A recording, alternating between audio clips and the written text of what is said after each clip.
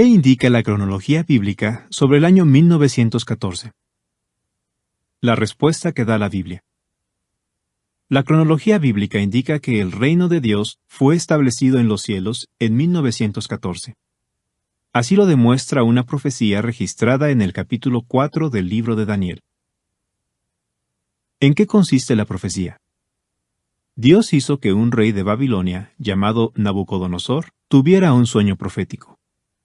Ese rey soñó que un enorme árbol era cortado y que se impedía que su tocón volviera a crecer por un período de 7 tiempos.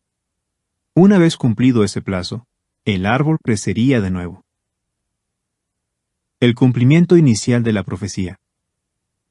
El enorme árbol representó al propio rey Nabucodonosor, quien fue simbólicamente cortado cuando se volvió loco y dejó de ser rey.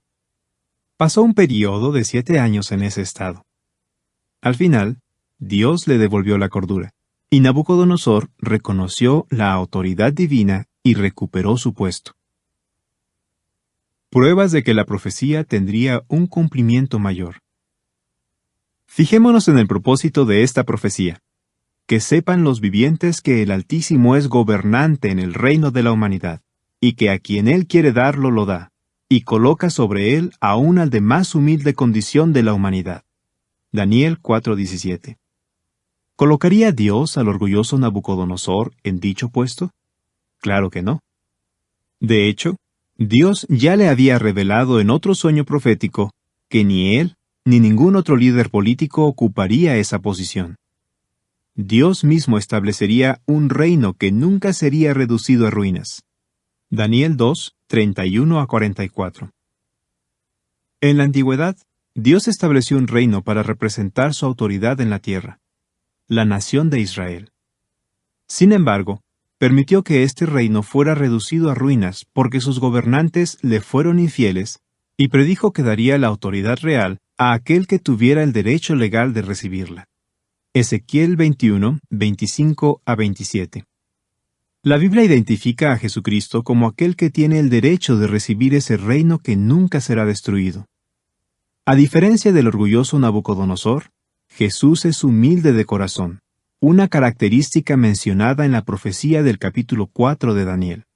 Mateo 11:29. ¿Qué representa el árbol en el cumplimiento mayor de la profecía? En la Biblia, los árboles a veces representan gobiernos. Y en el cumplimiento mayor de la profecía del capítulo 4 de Daniel, el enorme árbol representa el gobierno de Dios. ¿Qué significa el hecho de que el árbol haya sido cortado? Como vimos, en el caso de Nabucodonosor representó una interrupción de su reinado, y lo mismo representó en el caso del gobierno de Dios en la tierra. Esa interrupción se produjo cuando Nabucodonosor acabó con Jerusalén, ciudad donde gobernaba una línea de reyes israelitas. Dichos reyes se sentaban en el trono de Jehová, es decir, eran representantes de Dios. Primero de las Crónicas 29-23. ¿Qué representan los 7 tiempos? Los 7 tiempos representan el período durante el cual Dios permitiría que las naciones del mundo gobernaran sin la intervención de algún reino establecido por Él. Dicho período comenzó en octubre del año 607 antes de la Era Común, que según la cronología bíblica fue cuando los babilonios destruyeron Jerusalén. ¿Cuánto duran los 7 tiempos? A diferencia del caso de Nabucodonosor, no duran 7 años. Para saber por qué, fijémonos en las siguientes palabras de Jesús. Jerusalén, que era un símbolo del gobierno de Dios, será hollada o pisoteada por las naciones, hasta que se cumplan los tiempos señalados de las naciones. Lucas 21-24. Como vemos en esta profecía, Dios permitiría que las naciones pisotearan o despreciaran su autoridad durante los tiempos señalados de las naciones. Ese período es el mismo que los 7 tiempos del capítulo 4 de Daniel. De modo que cuando Jesús pronunció esas palabras, los 7 tiempos aún no habían acabado. La propia Biblia nos ayuda a determinar la duración de esos 7 tiempos proféticos. Primero, dice que 3 tiempos y medio equivalen a 1260 días. Por lo tanto, 7 tiempos, el doble de 3 tiempos y medio, equivalen a 2520 días. Además, en las profecías bíblicas encontramos la siguiente regla: un día por un año. Números 14:34 y Ezequiel 4:6. Aplicando esta regla, los 2520 días representan 2520 años. Así que los 7 tiempos terminaron en octubre de 1914. Sección 15. Un profeta exiliado ve el futuro. Daniel escribe profecías sobre el reino de Dios y la llegada del Mesías. Babilonia es conquistada. Basado en el libro de Daniel. Daniel fue un israelita fiel que llevaron prisionero a Babilonia cuando no era más que un muchacho, poco antes de la destrucción de Jerusalén. Tanto él como el resto de judíos exiliados disfrutaron de cierta libertad pese a su condición de cautivos. Durante los años que vivió en aquella ciudad, Dios siempre estuvo con Daniel. De hecho, lo ayudó a salir con vida de un foso de leones y le permitió contemplar el futuro lejano. Las profecías más importantes de Daniel tuvieron que ver con el Mesías y su reino. El tiempo en que llegaría el Mesías. ¿Cuándo debería esperar el pueblo de Dios que viniera Mesías el caudillo? A Daniel se le explicó que llegaría 69 semanas de años después de que se ordenara la reconstrucción de los muros de Jerusalén. Como una semana tiene 7 días, una semana de años debe tener 7 años. La orden de reconstrucción se dio en el 455 antes de nuestra era, mucho después de los días de Daniel. Si desde ahí contamos 69 semanas, es decir, 483 años, llegamos al 29 de nuestra era. ¿Qué sucedió entonces? Más adelante lo veremos. A Daniel también se le reveló que el Mesías sería cortado o ejecutado para pagar por los pecados de la humanidad. Daniel 9:24-26. El Mesías sería rey en los cielos. En una asombrosa visión, Daniel observó que alguien como un hijo del hombre, quien no era otro que el Mesías, se acercaba al trono celestial de Dios. Entonces, Jehová le concedía gobernación y dignidad y reino, un gobierno que duraría para siempre. Luego Daniel se enteró de otro emocionante dato sobre el reino mesiánico. Su rey gobernaría con un grupo de personas al que se llamó los Santos del Supremo. Daniel 7, 13, 14 y 27. El reino pondría fin a todos los gobiernos del mundo. Daniel, capítulo 2. Dios hizo que Daniel pudiera interpretar un sueño que tenía desconcertado a Nabucodonosor, el rey de Babilonia. Este había visto una enorme estatua que tenía la cabeza de oro, el torso y los brazos de plata, el vientre y los muslos de cobre, las piernas de hierro y los pies de hierro mezclado con barro. Entonces, una piedra salía de una montaña y golpeaba los frágiles pies de la estatua y la convertía en polvo. Daniel explicó al rey que la cabeza de oro representaba a Babilonia, y las demás partes a otras potencias mundiales que vendrían después. El reino de Dios entraría en acción durante el tiempo de la última potencia, los pies de hierro y barro, y reduciría a añicos todos los gobiernos del planeta. Luego reinaría para siempre sobre el mundo entero. Daniel vivió lo suficiente como para ver la caída de Babilonia. Tal y como se había profetizado, el rey Ciro conquistó la ciudad. Poco después, justo cuando se cumplían 70 años de la desolación de su tierra, los judíos salieron del exilio. Bajo la dirección de varios gobernantes, sacerdotes y profetas fieles, reconstruyeron Jerusalén y restauraron el templo de Jehová. Pero, ¿qué sucedió cuando pasaron los 483 años predichos? Preguntas de repaso. ¿De qué se enteró Daniel respecto al Mesías y el reino de Dios? ¿Qué haría el reino de Dios con los gobiernos del mundo? Capítulo 3. El Padre de todos los que tienen fe. Párrafos 1 y 2. Pregunta. cómo había cambiado el mundo desde los días de Noé y cómo se sentía Abraham al respecto. Abraham levanta la vista. Su mirada se clava en el Sigurat, la pirámide escalonada que sobresale en el horizonte de la ciudad donde vive. La nota a pie de página dice: en aquel momento, Abraham en realidad se llamaba Abraham, pero años más tarde, Dios le puso el nombre Abraham, que significa padre de una multitud. Fin de la nota. Puede ver el humo ascender desde aquel enorme templo.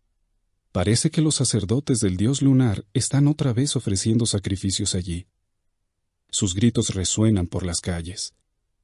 Suspirando indignado, Abraham aparta la vista y retoma el camino a su casa. Al abrirse paso entre la multitud, quizá piense con disgusto en cómo la idolatría y la religión falsa han llenado la ciudad de Ur. ¿Cuánto había cambiado el mundo desde los días de Noé?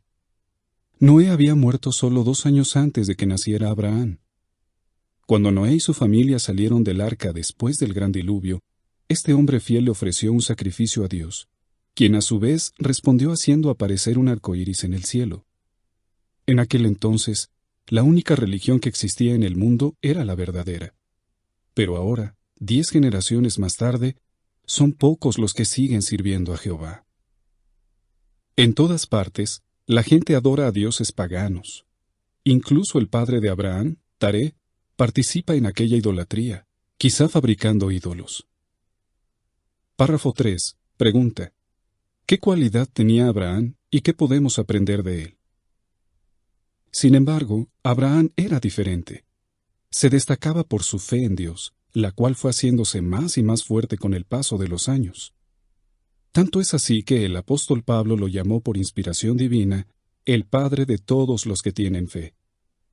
Romanos 4:11 dice: y recibió una señal, a saber, la circuncisión, como sello de la justicia por la fe que tuvo mientras se halló en su estado de incircuncisión, para que fuera el padre de todos los que tienen fe mientras están en incircuncisión, a fin de que se les impute la justicia.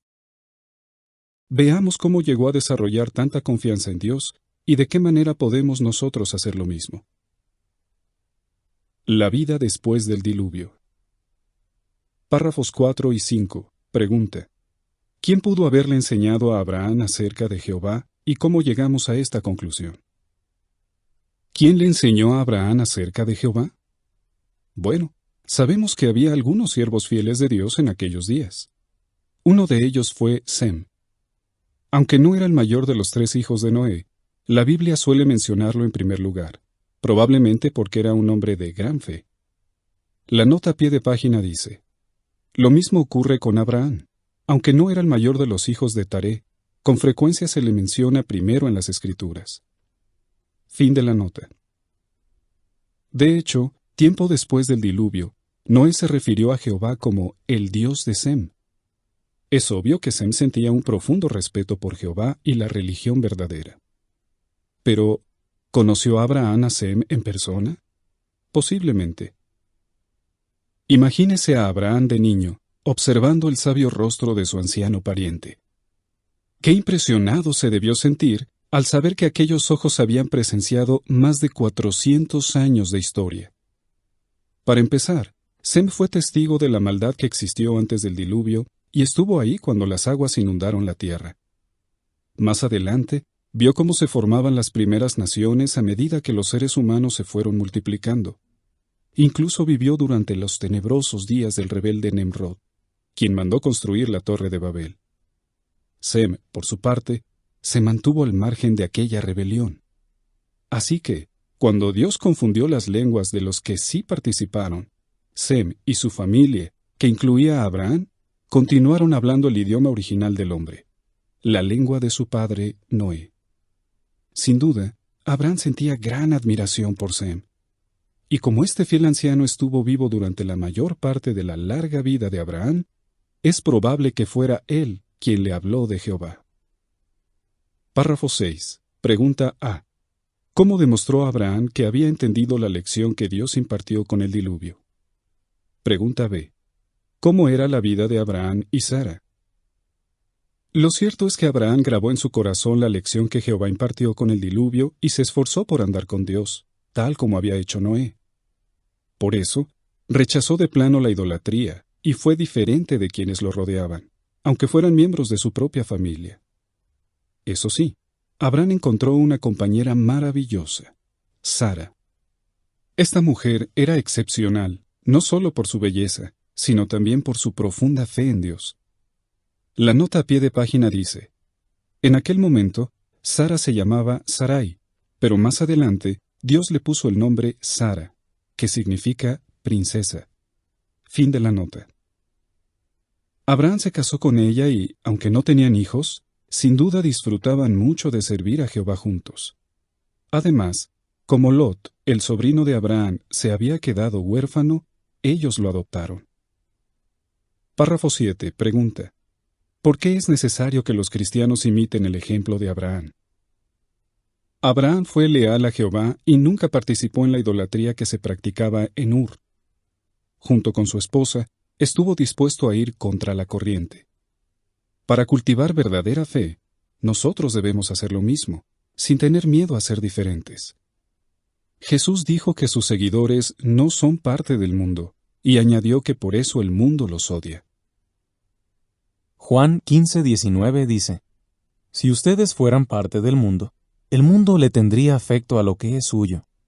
Ahora bien, porque ustedes no son parte del mundo, sino que yo los he escogido del mundo, a causa de esto el mundo los odia. Si alguna vez usted se siente rechazado por su familia u otras personas por servir a Jehová, recuerde que no es el primero ni el último. En realidad, está siguiendo los pasos de siervos fieles del pasado como Abraham y Sara. Sal de tu tierra. Párrafos 8 y 9. Pregunta A.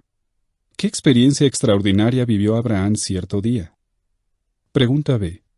¿Qué mensaje le transmitió Dios a Abraham? Cierto día, a Abraham le ocurre algo extraordinario. Recibe un mensaje de parte de Jehová. El relato no entra en muchos detalles sobre cómo se lo transmitió, pero sí dice que el Dios de la gloria se le apareció. Hechos 7:2 y 3 menciona: él dijo: varones, hermanos y padres, oigan, el Dios de la gloria se apareció a nuestro antepasado Abraham, cuando él estaba en Mesopotamia, antes que se domiciliara en Harán, y le dijo: sal de tu tierra y de tus parientes y ve a la tierra que yo te mostraré. Quizá por medio de un ángel, Abraham vio un destello de la incomparable gloria del soberano del universo.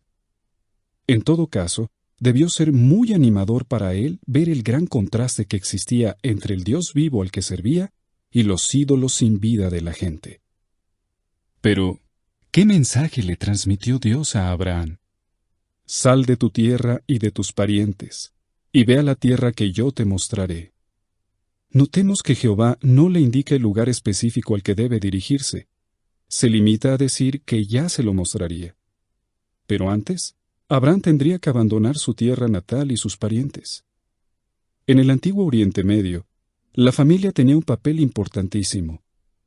El hecho de que un hombre dejara a sus parientes y se fuera a vivir lejos era para él una terrible desgracia. Algunos lo consideraban incluso peor que la muerte. Párrafo 10. Pregunta: ¿por qué no debió ser fácil para Abraham y Sara dejar su hogar en Ur? Irse de su tierra natal no fue nada fácil para Abraham. Hay pruebas históricas de que Ur era una ciudad próspera y llena de vida. Las excavaciones han revelado que algunas familias vivían con sus sirvientes en cómodas y espaciosas casas. Varias de estas contaban con 12 o más habitaciones situadas en torno a un patio empedrado. Generalmente disponían de agua corriente, cuartos de baño y sistema de alcantarillado. Además, no hay que olvidar que Abraham y Sara ya no eran precisamente jóvenes. Él rondaría los 70 años y ella los 60. Seguro que Abraham, como todo buen esposo, se preocupaba por el bienestar de Sara. ¿Podría cuidar bien de ella allá a donde iban? ¿Cuántas conversaciones habrán tenido sobre sus inquietudes y temores? Por eso, no es difícil imaginar lo contento que debió sentirse Abraham cuando Sara le aseguró que aceptaba irse. Al igual que él, estaba dispuesta a dejar atrás su cómodo hogar. Párrafos 11 y 12. Pregunta A. ¿Qué preparativos y decisiones implicaba el viaje para Abraham y Sara? Pregunta B. ¿Cómo se imagina usted el día de la partida? Una vez tomada la decisión, Abraham y Sara ponen manos a la obra. Hay tantos preparativos que hacer. ¿Qué cosas van a llevarse a aquel paradero desconocido? ¿Cuáles van a dejar? Y lo que es más importante, ¿qué hay de la familia y los sirvientes? El padre de Abraham, Taré, ya está mayor. ¿Será buena idea que vaya? Abraham y Sara creen que sí, pues quieren cuidarlo hasta el fin de sus días. Y parece ser que Taré, quien sin duda ha abandonado la idolatría, acepta gustoso acompañarlos. De hecho, el relato lo menciona a él como patriarca sacando a su familia de Ur. En cuanto a Lot, el sobrino de Abraham, él también se les une en el viaje. Finalmente llega el día de la partida. Imagínese la escena. Fuera de los muros y el foso que rodean la ciudad, la familia y sus sirvientes están a punto de emprender el esperado viaje. Han reunido los rebaños, cargado los burros y camellos, y ya están listos para partir. ¡Qué momento tan emocionante! La nota a pie de página dice: algunos estudiosos cuestionan el hecho de que los camellos hubieran sido domesticados para el tiempo de Abraham. Sin embargo, las pruebas que aportan no son concluyentes. Lo cierto es que la Biblia nombra en varias ocasiones a los camellos entre las posesiones de Abraham. Fin de la nota. Todas las miradas ahora se vuelven hacia Abraham, quien entonces da la señal para ponerse en marcha. De inmediato, dejando la ciudad a sus espaldas, la caravana avanza para no volver. Párrafo 13. Pregunta: ¿cómo demuestran los siervos de Dios hoy la misma actitud que Abraham y Sara? Hoy en día, muchos siervos de Jehová deciden trasladarse a lugares donde se necesitan más evangelizadores. También hay quienes aprenden un nuevo idioma para llegar a más personas con el mensaje del reino, o amplían su ministerio probando otros métodos de predicación, aunque les resulten algo incómodos o poco familiares. Por lo general, tales decisiones implican sacrificios, pues suponen dejar a un lado la comodidad personal, tal como hicieron Abraham y Sara. ¡Qué actitud tan abnegada! Si demostramos una fe así, podemos estar seguros que Jehová nos recompensará y que siempre nos dará más de lo que podamos ofrecerle nosotros. Ahora bien, ¿cómo bendijo Dios la fe de Abraham? Cruzaron el río Éufrates. Párrafos 14 y 15. Pregunta: ¿cómo fue el viaje desde Ur hasta Harán? ¿Y cuál pudo ser la razón por la que Abraham se estableció allí durante un tiempo? La caravana ha ido avanzando a un ritmo constante, y los viajeros ya se han acostumbrado a la rutina del viaje. Un tramo a pie y otros subidos a alguna bestia de carga, Abraham y Sara conversan durante el trayecto. Sus voces se pierden entre el tintineo de los cascabeles de los animales. A fuerza de repetirlo tantas veces, todos se han hecho expertos en montar y desmontar el campamento. Y cada vez que vuelven a partir, procuran que el anciano Taré vaya cómodo sobre los lomos de un camello o un asno. Viajan en dirección noroeste, siguiendo el curso del río Éufrates. Día tras día, semana tras semana, la caravana sigue su camino a paso lento pero seguro. Por fin, tras recorrer unos 960 kilómetros, 600 millas, llegan a unas cabañas en forma de colmena. Es la próspera ciudad de Harán, un punto clave que enlazaba las rutas comerciales entre Oriente y Occidente. Abraham decide establecerse allí durante un tiempo, quizá porque su padre está demasiado débil para seguir viajando. Párrafos 16 y 17. Pregunta A. ¿Qué establecía el pacto entre Jehová y Abraham? Pregunta B. ¿Cómo bendijo Dios a Abraham en Harán? Algún tiempo después, a los 205 años de edad, Taré muere. Seguramente, Abraham queda desolado por la pérdida. Pero entonces, Jehová vuelve a comunicarse con él. ¿Qué le dice? Repite las instrucciones que ya le había dado en Ur, y le detalla las bendiciones que recibirá. De Abraham surgiría una nación grande, y todas las familias de la tierra podrían beneficiarse gracias a él. Génesis 12, 2 y 3 dice: Y haré de ti una nación grande, y te bendeciré, y de veras haré grande tu nombre. Y resulta ser tú una bendición, y ciertamente bendeciré a los que te bendigan, y al que invoque mal sobre ti lo maldeciré, y ciertamente se bendecirán por medio de ti todas las familias del suelo. ¿Cuánto deben animarlo estas palabras? Entusiasmado por este pacto entre Jehová y él, Abraham se pone de nuevo en marcha. Eso sí, esta vez hay mucho más que organizar. Durante su estancia en Harán, Jehová ha bendecido a Abraham y sus posesiones se han multiplicado. La Biblia habla de todos los bienes que ellos habían acumulado y las almas que habían adquirido en Harán. Génesis 12:5. Y es que, para que de él pudiera surgir una nación, Abraham necesitaba una gran cantidad de sirvientes y bienes materiales. Claro, esto no significa que debemos esperar que Jehová les conceda riquezas a sus siervos, pero sí confirma que les dará todo lo que les haga falta para que puedan cumplir con la voluntad divina. Entonces, con fuerzas renovadas, Abraham retoma su camino, aunque desconoce a dónde lo llevará. Párrafo 18. Pregunta A.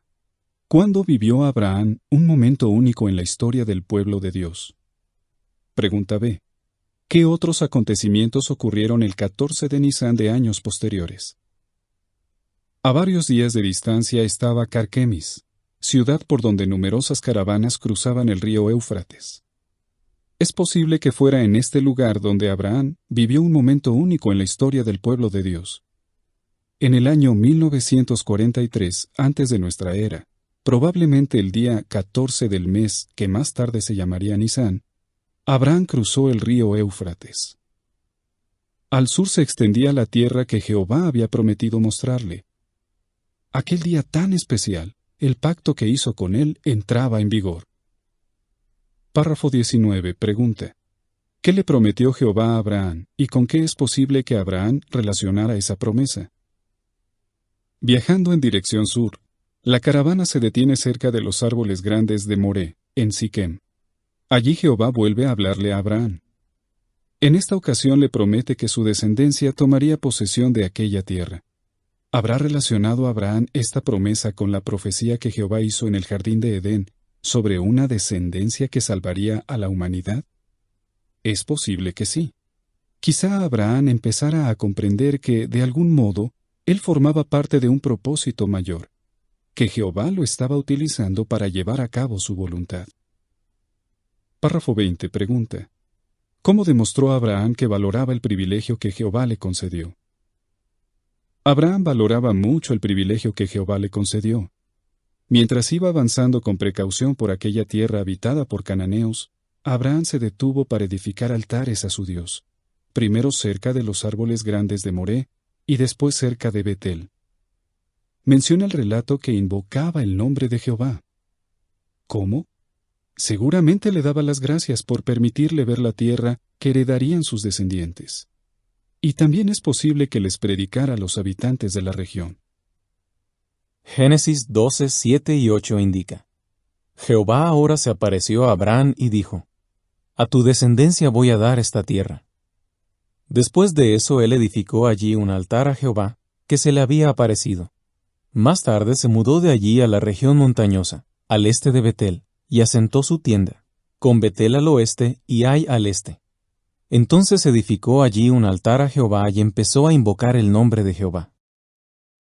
Lo cierto es que a Abraham aún le esperaban grandes pruebas de fe. Afortunadamente, nunca miró a las cosas que había dejado atrás, las comodidades que había disfrutado en Ur. Más bien, se concentró en lo que tenía por delante. Hebreos 11:10 dice que esperaba la ciudad que tiene fundamentos verdaderos, cuyo edificador y hacedor es Dios. Párrafo 21. Pregunta: a diferencia de Abraham, ¿qué sabemos hoy sobre el reino de Dios? ¿Qué estamos decididos a hacer? Hoy día, los siervos de Jehová tenemos mucha más información que Abraham sobre la ciudad simbólica que menciona Hebreos 11:10, es decir, el reino de Dios. Por ejemplo, sabemos que ese reino ya está gobernando en el cielo, y que pronto pondrá fin a este mundo malvado. También sabemos que el rey de ese reino es Jesucristo, la descendencia que se le había prometido a Abraham hacía tanto tiempo. ¡Qué maravilloso será ver cuando este fiel patriarca resucite y al fin comprenda todos los detalles del propósito divino y su cumplimiento! ¿Le gustaría también a usted ver cómo Jehová cumple cada una de sus promesas? Si así es, siga imitando el ejemplo de Abraham. ¿De qué manera? Estando dispuesto a hacer sacrificios por servir a Jehová, obedeciéndole y valorando profundamente cada privilegio que le conceda. De ese modo, Abraham, a quien se le llama el padre de todos los que tienen fe, también llegará a ser, por así decirlo, su padre. La ciudad que dejaron atrás Abraham y Sara. Las publicaciones de los testigos de Jehová siempre han tratado de ayudarnos a imaginar cómo eran los personajes bíblicos y el ambiente en que vivían. Hallamos un ejemplo en la revista Despertad del 22 de mayo de 1988, donde se describe la ciudad de Ur. Visualicemos cómo era aquel lugar que Abraham y Sara dejaron atrás. A medio camino entre el Golfo Pérsico y la ciudad de Bagdad, se halla un montículo de ladrillos de barro. Desde lejos, parece un solitario centinela en un vasto desierto. Azotadas por tormentas de polvo y abrasadas por el sol, las ruinas descansan en un profundo silencio que solo interrumpe de vez en cuando el aullido de algún animal nocturno. Eso es todo lo que queda de la poderosa ciudad de Ur. Pero retrocedamos 4000 años. Allí, en lo que era la orilla oriental del río Éufrates, Ur es una ciudad floreciente. Casas y tiendas encaladas llenan sus serpenteantes calles. Mercaderes y compradores regatean los precios en los bazares. Los obreros trabajan día y noche hilando las blancas hebras de los manojos de lana. Los esclavos, doblados bajo el peso de los tesoros que llegan a la ciudad, descienden por las rampas de los barcos. Todo este bullicio tiene lugar a la sombra de un enorme sigurat que domina la vista de la ciudad. Allí se rinde culto a un dios que, según se cree, ha traído prosperidad a Ur, el dios lunar Nana, o Sin. Pero hay un hombre a quien le repugna el olor de los sacrificios que se ofrecen sobre esta gran pirámide. Su nombre es Abraham. Una fecha clave. El día en que Abraham cruzó el río Éufrates marcó un momento clave en la historia bíblica. En años posteriores ocurrieron sucesos de gran importancia en esa misma fecha. Exactamente 430 años después, el 14 de Nisán del 1513 antes de nuestra era, Jehová liberó a los israelitas de la esclavitud en Egipto para que tomaran posesión de la tierra que le había prometido a Abraham. Y el 14 de Nisán del año 33 de nuestra era, Jesús se reunió con sus apóstoles e hizo con ellos un pacto para que participaran con él de un gobierno celestial. Gracias a este reino, pronto se eliminarán todos los problemas de la humanidad. Hoy día, los testigos de Jehová se reúnen año tras año en esa misma fecha del calendario judío, el 14 de Nisán, para conmemorar la Cena del Señor. Preguntas para pensar. ¿Cómo demostró Abraham su fe en un mundo lleno de idolatría? ¿Qué le impresiona a usted sobre la actitud con que Abraham salió de Ur? ¿Cómo recompensó Jehová la fe de Abraham? ¿Cómo podría usted imitar la fe que tenía Abraham? La Biblia de Bedel. Un pequeño paso para una mayor comprensión de la Biblia. Cuando el clérigo inglés William Bedel llegó a Irlanda en 1627, se encontró con una situación muy desconcertante. Irlanda, un país mayoritariamente católico, estaba gobernado por los británicos, de religión protestante. Los promotores de la Reforma Protestante ya habían traducido la Biblia a casi todas las lenguas de Europa. Pero, al parecer, a nadie le interesaba traducirla al irlandés. Bedel estaba convencido de que los irlandeses no tenían que ser dejados de lado por no saber inglés.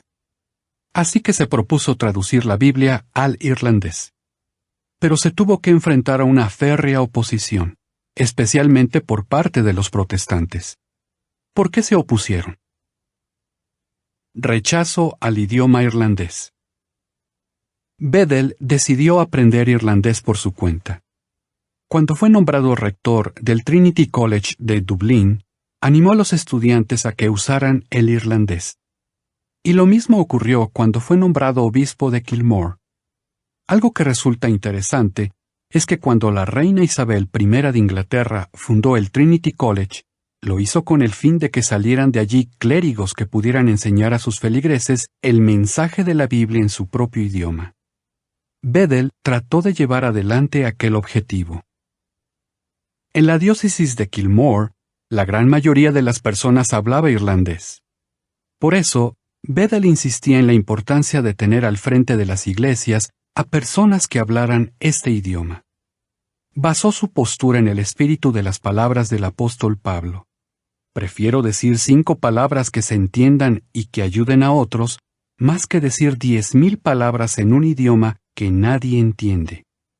1 Corintios 14:19. Traducción en lenguaje actual. Pero hubo personas poderosas y con influencia que hicieron lo imposible por impedírselo. Según los historiadores, hubo quienes declararon que el uso del irlandés era peligroso para el Estado, y otros llegaron a decir que iba en contra de los intereses del gobierno. Algunos pensaban que mantener en ignorancia a los irlandeses era bueno para los intereses de Inglaterra.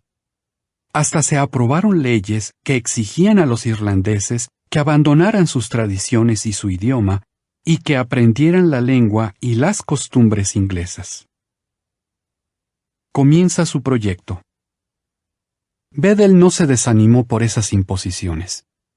A principios de la década de 1630, empezó a traducir al irlandés la Biblia más reciente publicada en inglés, la versión del Rey Jacobo de 1611. Quería hacer una traducción de la Biblia que la mayoría de la gente pudiera entender. Creía firmemente que, mientras las personas humildes no entendieran las Escrituras, no podrían encontrar el camino a la vida eterna. Bedell no fue el primero en pensar así. Unos 30 años antes, otro obispo, llamado William Daniel, se dio cuenta de lo difícil que es ver la luz de lo que enseña la Biblia cuando aparece oculta por la nube de una lengua desconocida. Daniel ya había traducido el Nuevo Testamento al irlandés, así que Bedell decidió traducir el Antiguo Testamento. Lo que hoy conocemos como la Biblia de Bedell incluye tanto su obra como la de William Daniel. Esa Biblia fue la primera en irlandés, y continuó siendo la única en este idioma durante los siguientes 300 años. Bedell, que era experto en hebreo, consiguió a 2 hombres cuya lengua materna era el irlandés para que le ayudaran con la traducción. A medida que avanzaban con su trabajo, Bedell y 1 o 2 colaboradores de confianza revisaban meticulosamente cada versículo.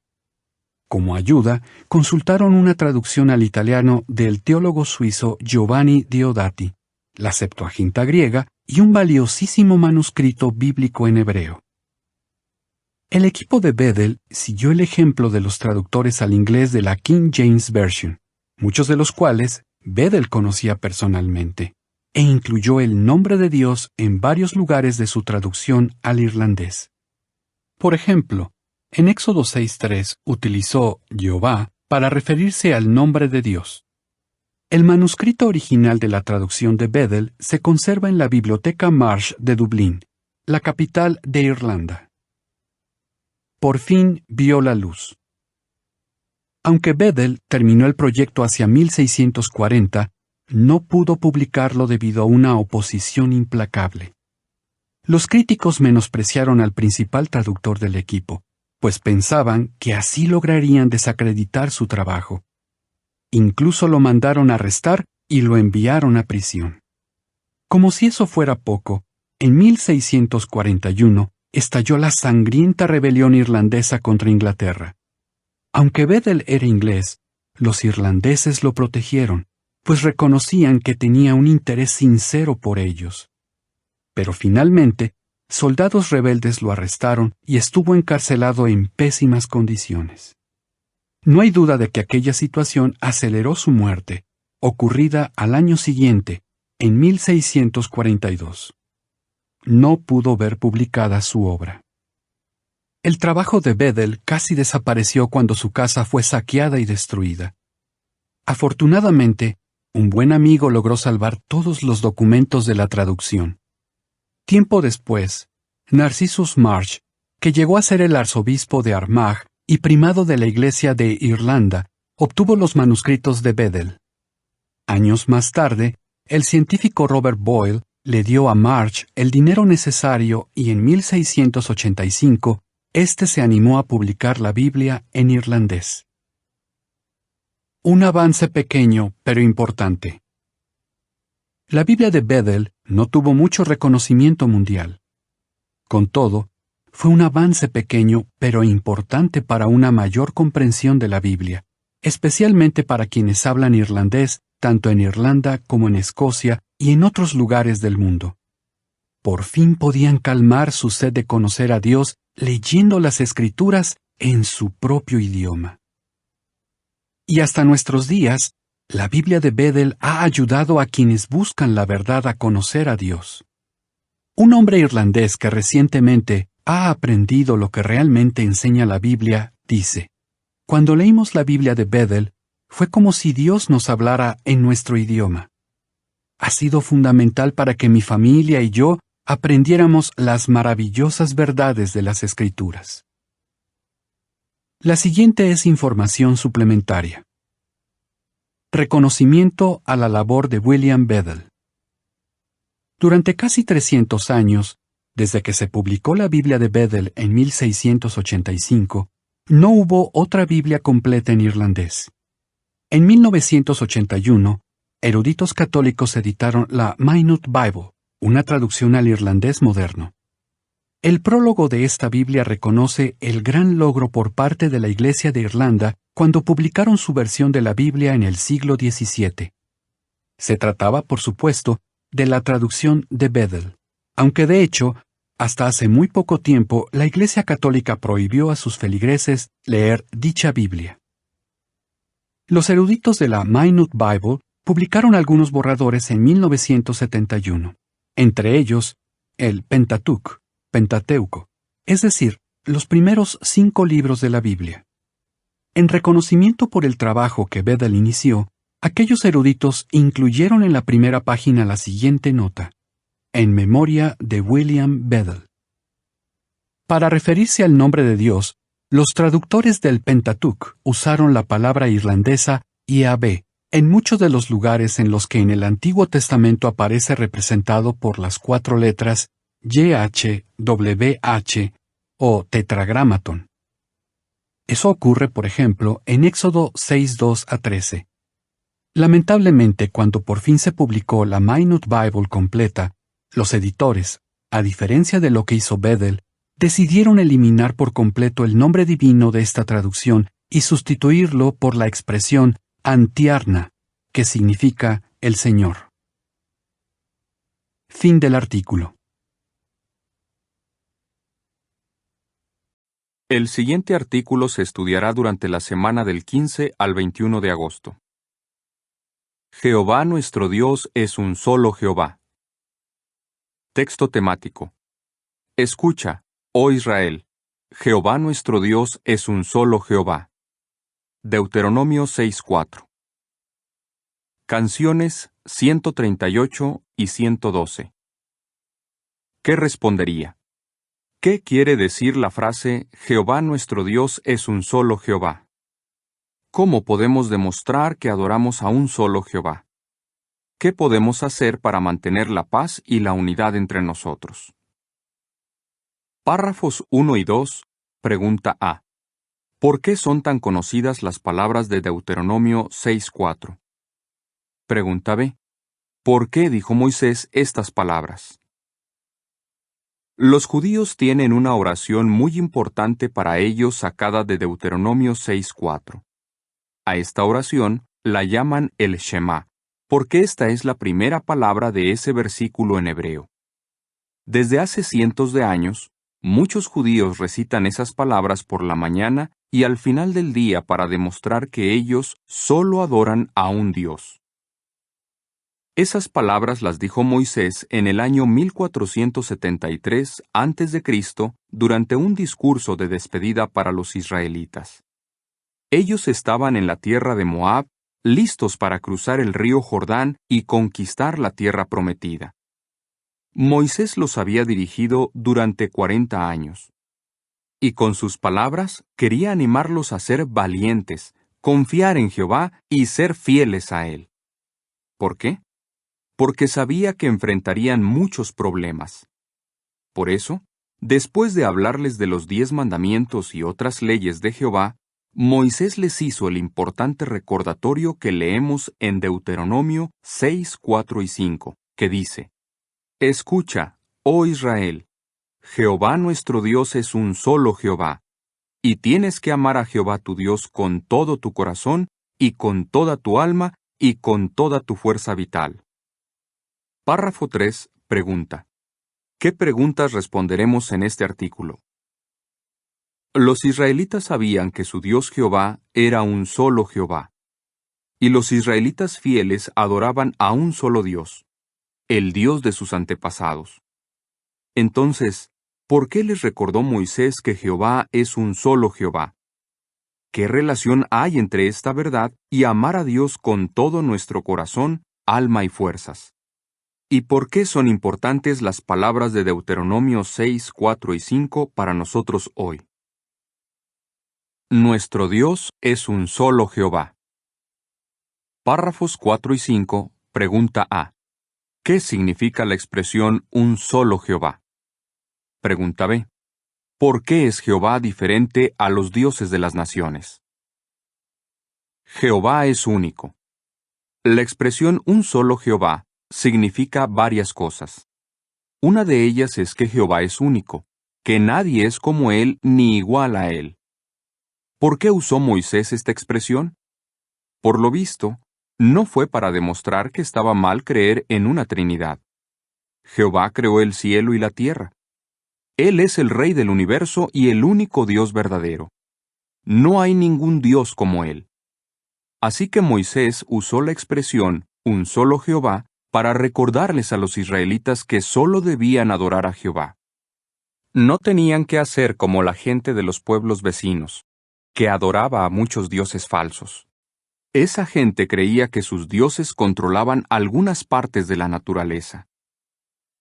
Por ejemplo, los egipcios adoraban a Ra, el dios del sol, a Nut, la diosa del cielo, a Geb, el dios de la tierra, y a Api, el dios del río Nilo. También adoraban a muchos animales. Pero Jehová demostró con las 10 plagas que era superior a todos estos dioses falsos. Para los cananeos, el dios más importante era Baal. Creían que este dios falso era el que daba la vida. También creían que era el dios del cielo, la lluvia y las tormentas. En muchos lugares, la gente confiaba en que Baal la protegería. Pero los israelitas debían recordar que su Dios era el Dios verdadero, el único. Él es un solo Jehová. Deuteronomio 4, 35 y 39. Párrafos 6 y 7, pregunta A. ¿Qué significa también la expresión un solo Jehová? Pregunta B. ¿Cómo demostró Dios que es un solo Jehová? Jehová es constante y leal. En la expresión un solo Jehová, la palabra un también significa que Jehová siempre es confiable y cumple lo que promete. Él nunca cambia ni es impredecible. Es fiel, constante, leal y siempre dice la verdad. ¿Cómo lo demostró? Por ejemplo, Él le prometió a Abraham que sus descendientes vivirían en la tierra prometida. Jehová nunca cambió ese propósito y realizó muchos milagros para cumplir esta promesa 430 años después. Cientos de años más tarde, Jehová dijo que los israelitas eran sus testigos y les dijo: Yo soy el mismo.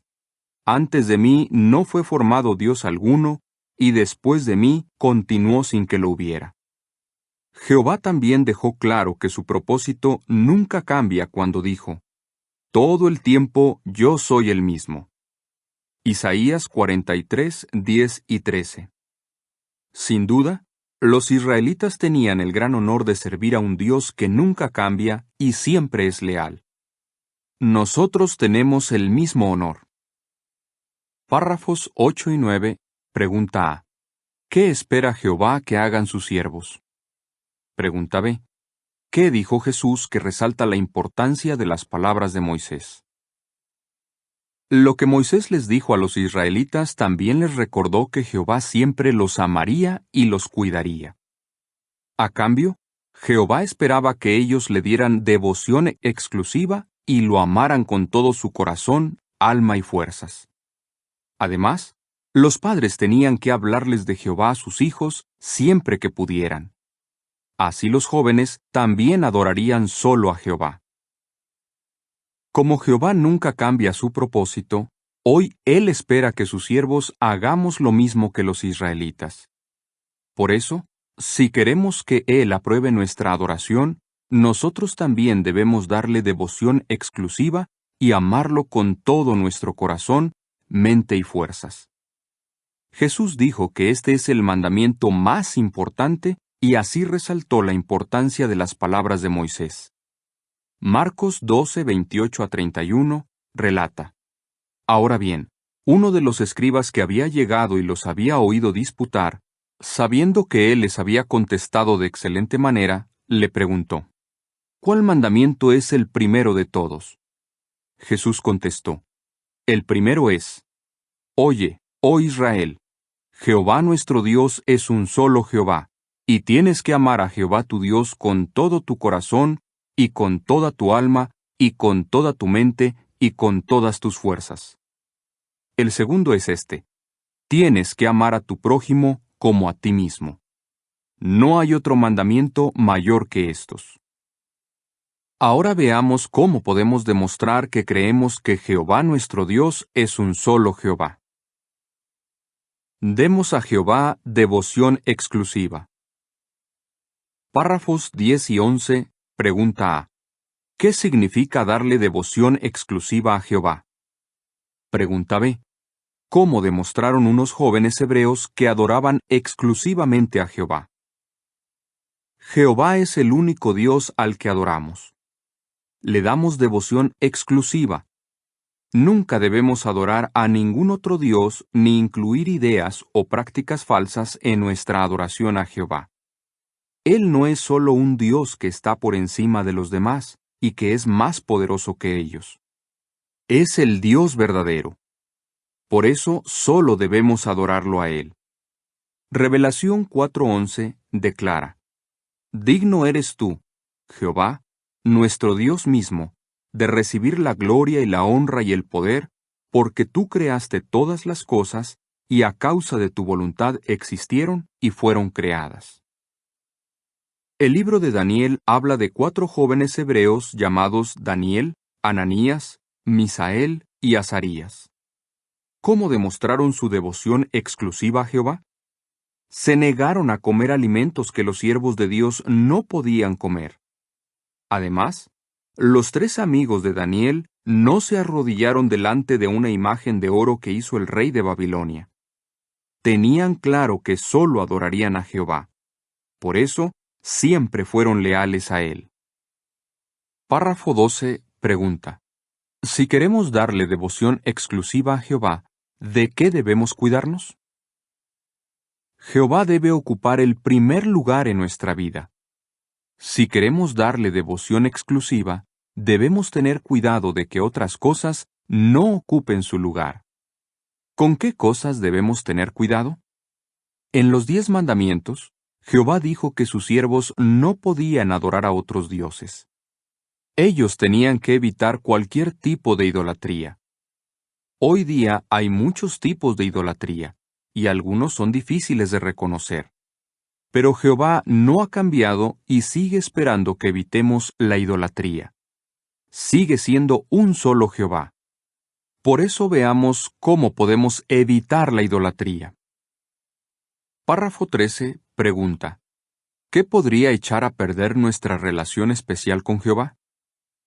Algunas cosas que pueden echar a perder nuestra amistad especial con Jehová se mencionan en Colosenses 3:5. Allí dice: amortigüen, por lo tanto, los miembros de su cuerpo que están sobre la tierra en cuanto a fornicación, inmundicia, apetito sexual, deseo perjudicial y codicia, que es idolatría. Este versículo explica que la codicia es un tipo de idolatría. ¿Por qué? Porque cuando tenemos un gran deseo de tener cosas como lujos o dinero, este deseo puede controlarnos como si fuera un Dios poderoso. Todos los pecados que menciona Colosenses 3:5 se relacionan con la codicia. Si deseamos mucho estas cosas, podríamos empezar a amarlas más que a Dios. Y entonces estaríamos cometiendo idolatría.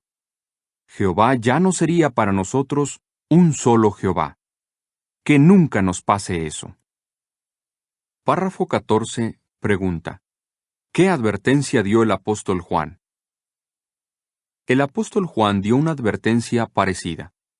Él habló del deseo de la carne y el deseo de los ojos y la exhibición ostentosa del medio de vida de uno. Y advirtió que si alguien ama estas cosas que hay en el mundo, el amor del Padre no está en él. Primera de Juan 2:15 y 16. Por eso debemos examinarnos con frecuencia. Quizás descubramos que nos atraen las diversiones, la gente y la manera de vestirse y arreglarse de este mundo. O quizás queremos ir a la universidad para conseguir cosas grandes en este mundo. Pero el nuevo mundo está muy cerca. Por eso debemos recordar las poderosas palabras de Moisés.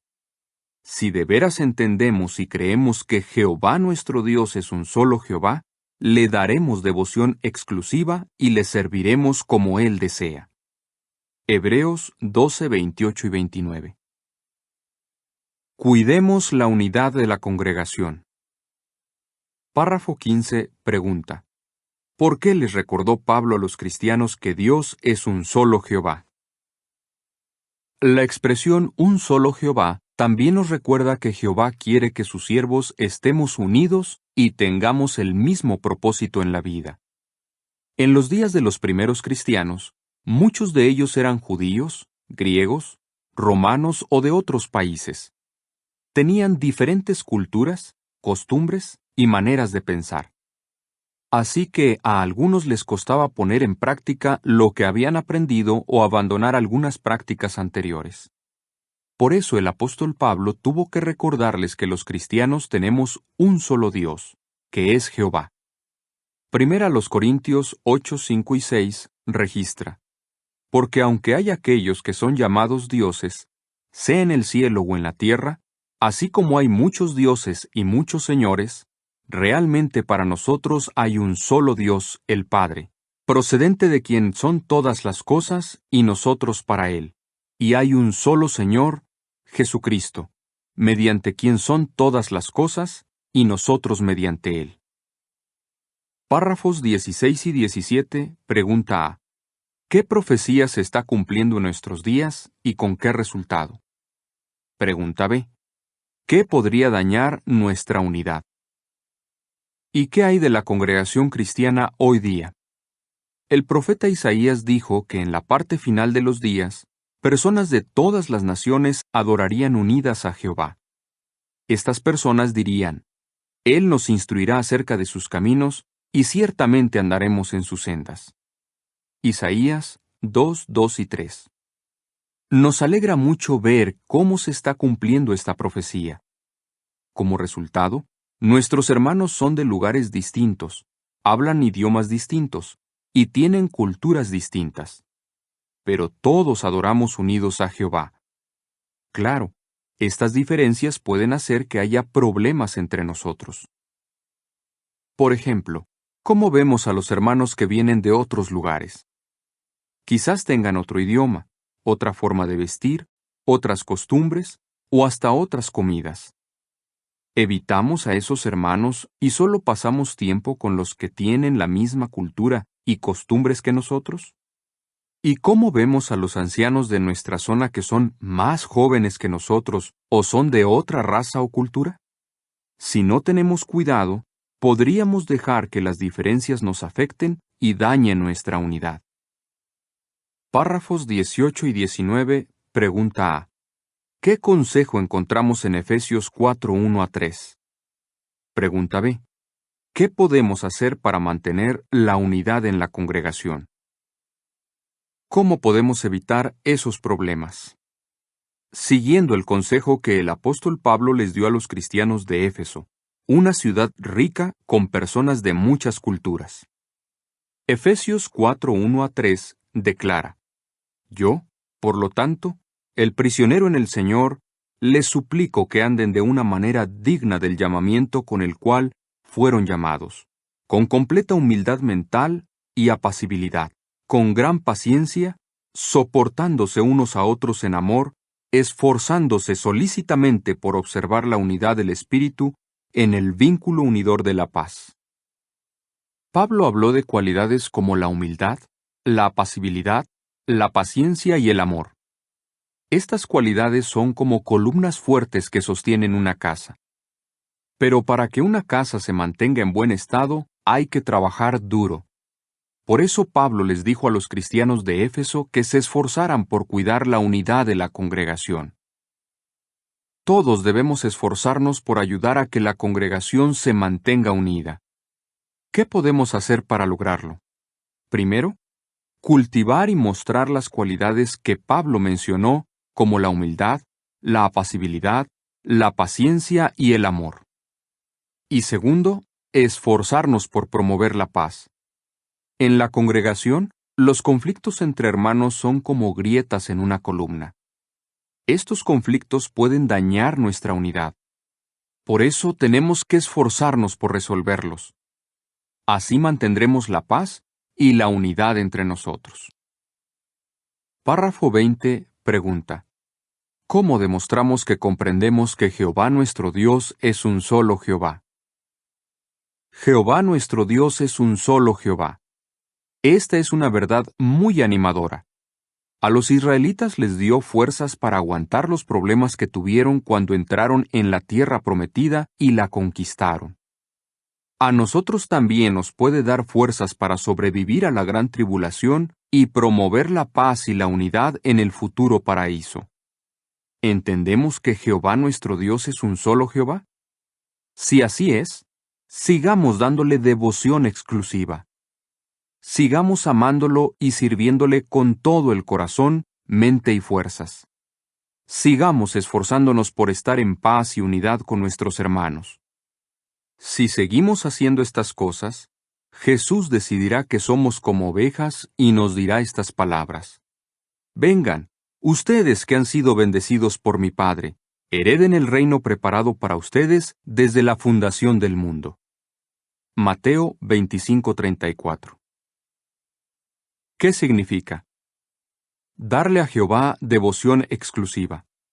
Significa solo adorar a Jehová y darle el primer lugar en nuestra vida. También significa amarlo con todo nuestro corazón, mente y fuerzas. Fin del artículo. Preguntas de los lectores. ¿Qué quiso decir Jeremías cuando escribió que Raquel lloraba por sus hijos? Jeremías 31:15 dice: Esto es lo que ha dicho Jehová. En Ramá se está oyendo una voz, lamentación y llanto amargo, Raquel que llora a sus hijos.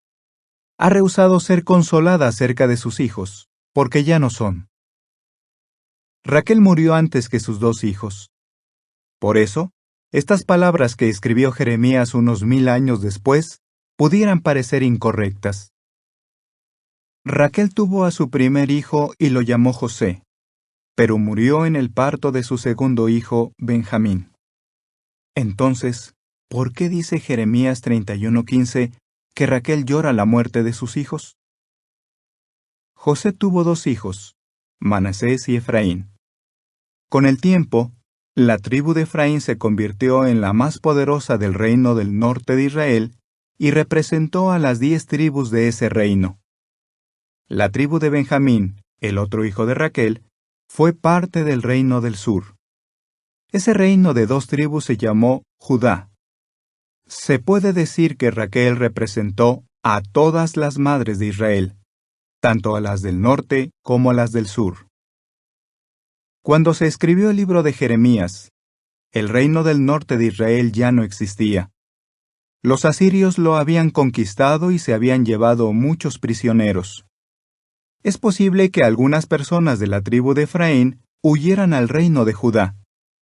En el año 607 a.C., los babilonios conquistaron el reino de Judá y también tomaron prisioneros. A muchos de ellos los llevaron a la ciudad de Ramá, que estaba a unos 8 kilómetros, 5 millas, al norte de Jerusalén.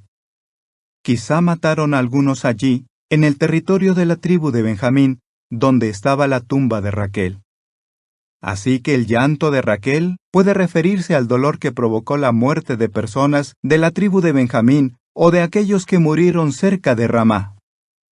También es posible que en el libro de Jeremías se esté hablando del llanto de las madres de todo Israel. Lloraban porque sus hijos estaban muertos o eran prisioneros. Lo que sí sabemos es que las palabras de Jeremías sobre el llanto de Raquel eran una profecía. Anunciaron lo que pasó cientos de años más tarde, cuando Jesús era un niño.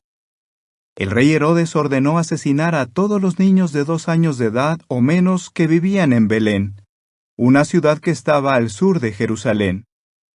Imagínese el terrible llanto de las madres al ver cómo mataban a sus hijos. Con razón, la profecía anunció que el llanto de Raquel se oiría hasta en Ramá, al norte de Jerusalén. En resumen, tanto en los días de Jeremías como en los de Jesús, el llanto de Raquel describe la tristeza que sintieron las madres israelitas por la muerte de sus hijos. Claro está, quienes murieron y fueron a la tierra del enemigo, es decir, la muerte, regresarán a la vida cuando sean resucitados. Jeremías 31:16. Fin del artículo.